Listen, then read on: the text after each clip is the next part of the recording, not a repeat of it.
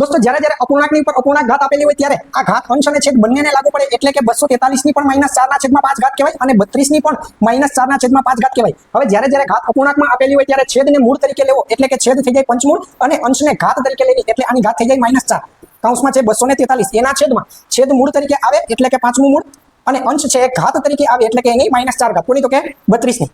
243 નું પાંચમું મૂળ થાય દોસ્તો 3 3 ની -4 ઘાત અને છેદમાં 32 નું પાંચમું મૂળ થાય 2 2 ની -4 ઘાત 3 ની -4 ઘાત જ્યારે જ્યારે પણ માઈનસમાં ઘાત આવે ત્યારે આખે આખો સંખ્યા 1 ના છેદમાં જાય એટલે કે 1 ના છેદમાં 3 ની 4 ઘાત એના છેદમાં 1 ના છેદમાં 2 ની 4 ઘાત 1 ના છેદમાં 3 ની 4 ઘાત એટલે 1 ના છેદમાં 81 1 ના છેદમાં 2 ની 4 ઘાત એટલે 1 ના છેદમાં 16 જ્યારે જ્યારે 4 માળ વાળું અપૂર્ણાંક હોય ત્યારે વચ્ચેના બે છે એ છેદમાં જાય અને છેલ્લું છે એ અંશમાં ગુણાકાર આવે એટલે આનો જવાબ થાય દોસ્તો 16 ના છેદમાં 81।